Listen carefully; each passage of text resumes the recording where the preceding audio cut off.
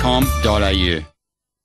All right, great to have you with us on Breakfast this Tuesday morning, first day of the working week for many, as we talk politics with Ed Husic, Labor MP. How are you, Ed? Good morning to you. How are you? And Josh Frydenberg, Liberal MP, in our Melbourne studio this morning. Morning to you, Josh.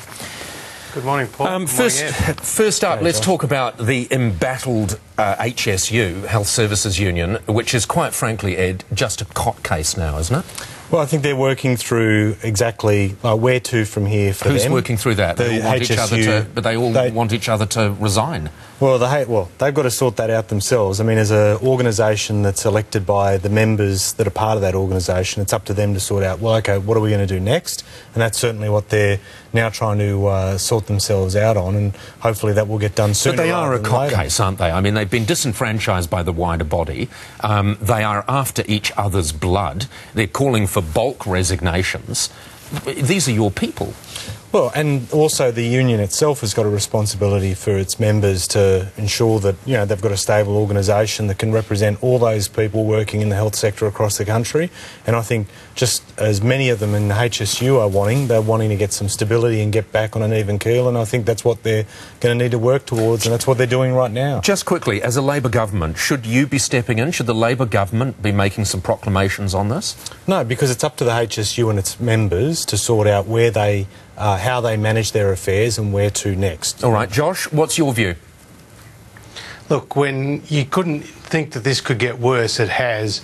This morning, Cathy Jackson's explosive revelations indicate that she warned the Labor Party before they chose Thompson to go into Parliament about these accusations against him.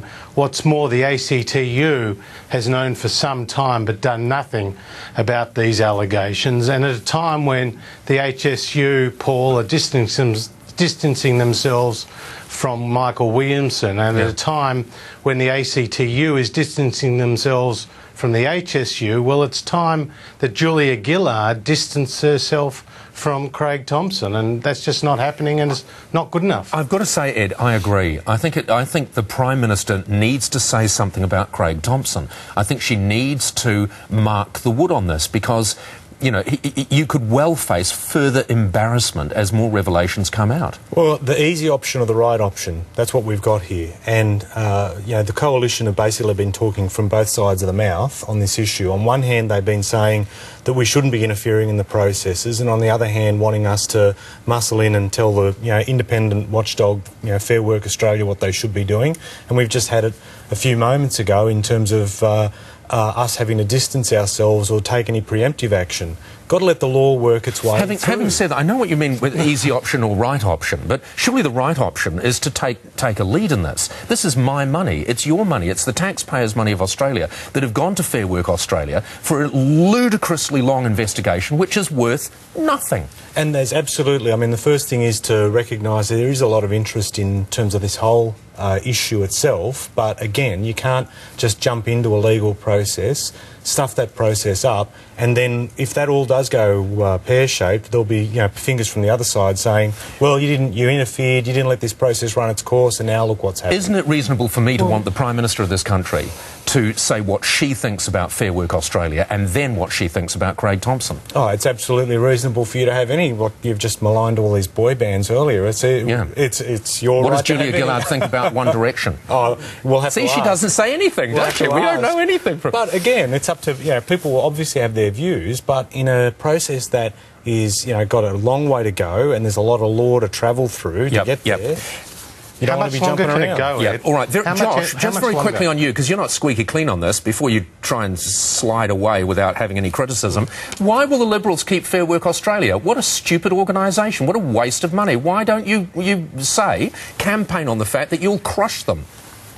Well, look, you only have to listen to Cathy Jackson when she says Fair Work Australia's been incompetent on this, and we share that view. Yeah, so why not get rid of them? I can't think of one thing they've done that's been worth the money that we spend on them.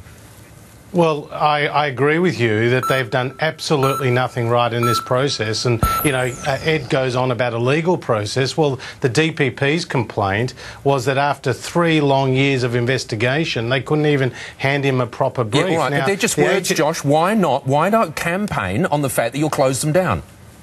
Well, look, this has to be reformed. I mean, I think you cannot have a situation where Fair Work Australia is allowed to be as incompetent as this. So all right, I share your view that something needs to be done. Good. So the Liberals will close down Fair Work Australia. Glad to hear. And very quickly, Julia Gillard visited your electorate. Yeah. And I saw your big, shiny, smiley face behind her. It was good news, though. $5 million for soccer. Terrific. For grassroots participation, one of the most popular sports in Western Sydney.